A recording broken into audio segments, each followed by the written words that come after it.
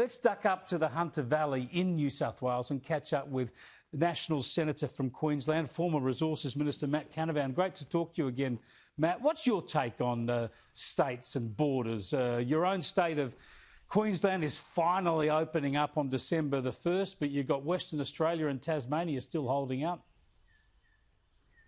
Well, look, I do support states' rights. I support the state's right to decide on these travel restrictions during quarantine. As that being said, I think some of the decisions being made are very parochial and short-sighted.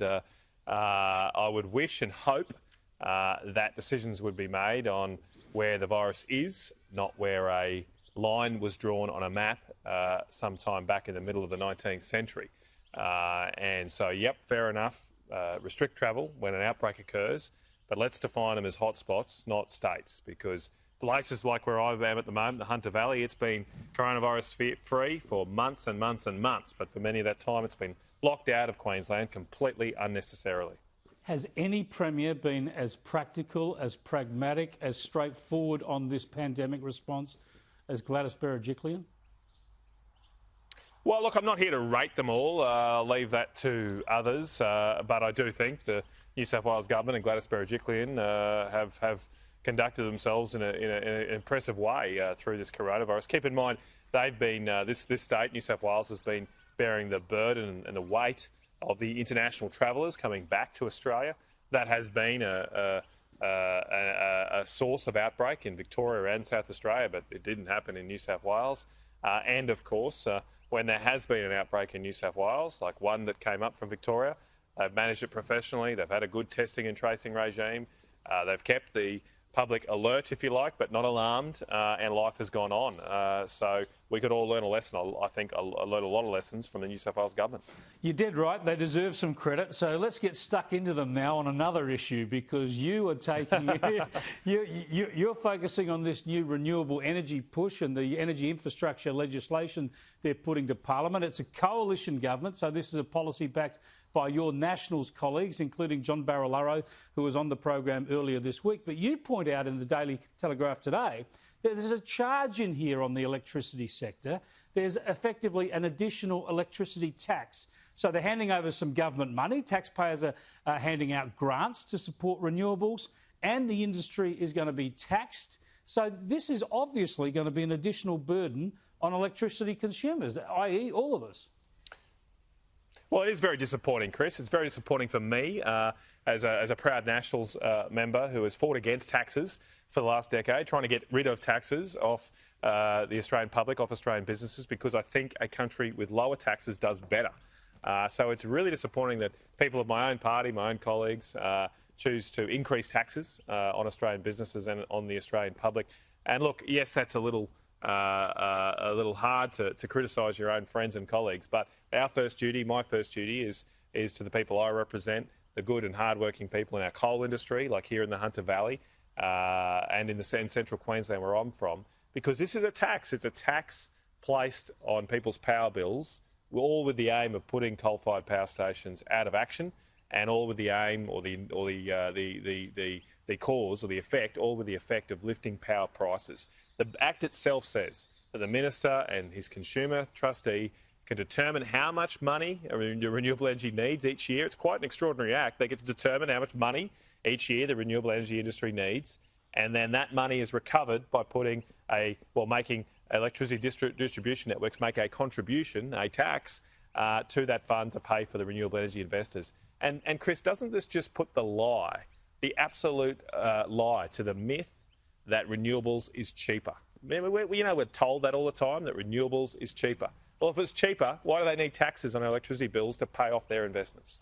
Well, spot on. Now, as you say, the legislation calls this a contribution. The electricity distributors have to make a contribution to support the renewable energy sector. As you say, that means it's a tax. If the government's telling them to cough up more money, that's a tax. And in fact, this is effectively a carbon tax, isn't it?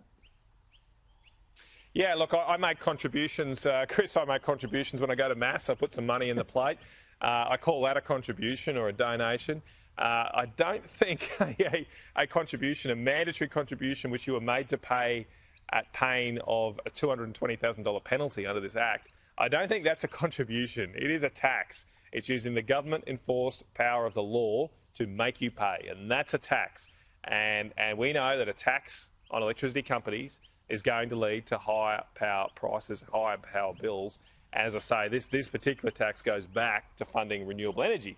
And so it is a carbon tax because it's only the benefits of the tax or the benefits of the proceeds of the tax will flow to non-carbon sources of energy, non-coal-fired power sources of energy. And that's just absurd. Where here I am in the Hunter Valley with the world's best thermal coal. If we burn a tonne of Hunter Valley thermal coal, it'll lead to 30% fewer emissions than in Indonesia, than Indonesian coal, 70% lower emissions than Indian coal. We should be using Hunter Valley coal to protect the environment and create jobs here in Australia. Look, I can't fault your logic. This is a tax because it's the government demanding companies pay a contribution. It is aimed at reducing the use of fossil fuels and encouraging renewables, so it's aimed at reducing our carbon dioxide emissions. So we do have this bizarre situation where a coalition state government, a Nationals and Liberal state government, is now proposing to legislate a form of carbon tax. It's the disappointing outcome, Chris, particularly given those of us that have fought against this for years. And it's been done in this sort of sneaky way, right, where, as you were outlining, it's been called a contribution. There's been no public debate about this. There's been no explanation to the Australian people, the New South Wales people, why this is happening. Indeed, there's been no consultation with the electricity sector. So you've seen this week that AGL and Delta Electricity, a large coal-fired power producer here in New South Wales, have said they haven't been told about this, and they're going to hold up their investment plans now because there's complete uncertainty about what might have to happen in the future. One part of this Act, Chris, just to show you how draconian this is one part of this Act gives the Minister the power to direct and make a network provider, an electricity network provider, to build a transmission line. So they're made to build something. Now, this is a Liberal National government, Chris. This is a Liberal National government saying that a minister in a government can force a company to do something, not just to pay a tax or to get a subsidy, but to actually go and do that. You've got to go and build that thing whether you want it or not. We're the government, we're the law, and you'll do as we say. I think that is completely against the principles and values that I stand up for as a member of the Nationals Party and a member of the LNP in Queensland. This is an extraordinary clash in policy between state and federal coalition governments. What will the federal government do? What will you be urging the federal government do to prevent this going ahead? I think we should build a coal-fired power station. Let's drop all this rubbish of working together, because we're not, right? They're doing their own thing. Fine. I think we should use our defence powers, as we did to build Snowy Hydro, and build a coal-fired power station in the Hunter Valley here using the world's best thermal coal. Last year we had a proposal from Vales Point to build a new Healy coal-fired power station. It wasn't proceeded with because it was seen to be unpopular ahead of the election. That was shown to be a complete mistake, given coal effectively won us the election. And I think now let's drop all this rubbish of trying to work together, because we're not. And what happened after World War II is the state governments wouldn't agree to Snowy Hydro, the Snowy 1.0. They wouldn't agree to it. And so the Commonwealth government just said, that's it, we're doing it anyway. We're going to use our defence powers to do it because we need reliable electricity to protect ourselves. And it got built. Eventually the states came on board later.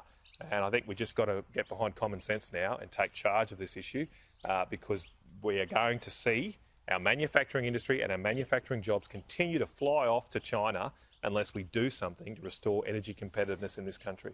Very, very strong arguments and points there, Matt Canavan. I appreciate you joining us. I know you're in the Hunter to look at coal mines and the coal industry, but it looks like you've got some beautiful wineries in the background too. Enjoy.